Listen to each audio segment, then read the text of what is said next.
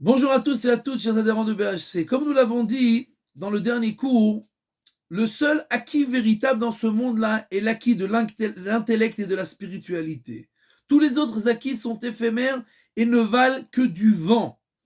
Un jour, un pauvre était invité à manger chez un grand riche. Il y avait là-bas un lustre dans le salon extraordinaire. Et le pauvre regarde le lustre, regarde. Et le riche lui dit, mais pourquoi tu regardes tellement ce lustre-là?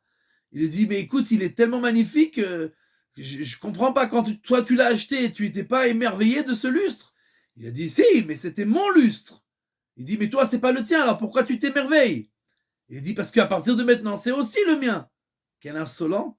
Qu'est-ce que ça veut dire ça, que c'est aussi le tien maintenant? Il dit, mais ça veut dire quoi? J'ai autant de plaisir que toi, de ce lustre-là, donc il n'est pas moins à moi qu'à toi. Le riche de répondre et lui dire, oui, mais moi, si je veux, je peux descendre ce lustre-là du plafond et le rentrer dans une armoire.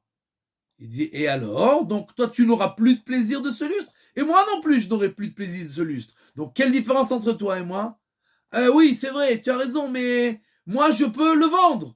Il dit, ah, j'ai compris. La seule chose que tu peux avoir du plaisir de plus que moi de ce lustre-là, c'est que tu peux faire en sorte de ne plus avoir du tout de plaisir de lui. Tu peux le vendre et ne plus avoir du tout de plaisir. Et donc, en fait, la différence entre quelqu'un qui a et quelqu'un qui n'a pas, c'est du vent.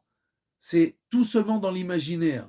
Puisque c'est quoi? Ça veut dire quoi? Que j'ai acquis un lustre, que je peux le vendre, ne plus avoir de plaisir de lui, le mettre dans une armoire, ou le regarder, et n'importe qui peut le regarder. Qu'est-ce que ça change qu'il m'appartient ou qu'il ne m'appartienne pas? Qu'il est écrit dans les documents qui ça m'appartient? Ok, si ça te fait plaisir, ça change quelque chose dans ta vie, mais dans l'essentiel, il n'y a aucune différence. Une fois, la femme du Chafetz Chaim est venue le voir et lui a dit, je comprends pas. Nos voisins n'étudient pas la Torah, ne mangent pas kasher, ils ne font pas les mitzvot, ils ne prient pas, et regarde combien ils ont d'argent. Et nous, on fait tout et on n'a pas d'argent. Le Chafetz Chaim la regarde en souriant et lui dit, mais j'arrive pas à te comprendre. Où est ta miséricorde? Où est la miséricorde? Ces gens-là n'ont pas de prière, et ne mangent pas kasher, et ne font pas les mitzvot, et n'étudient pas la Torah. Tu veux qu'ils n'aient pas aussi d'argent? Alors, quoi, rien ils vont avoir? Nous, on a tout. On a et les tfilot, et les mitzvot, et la tfila, et la Torah.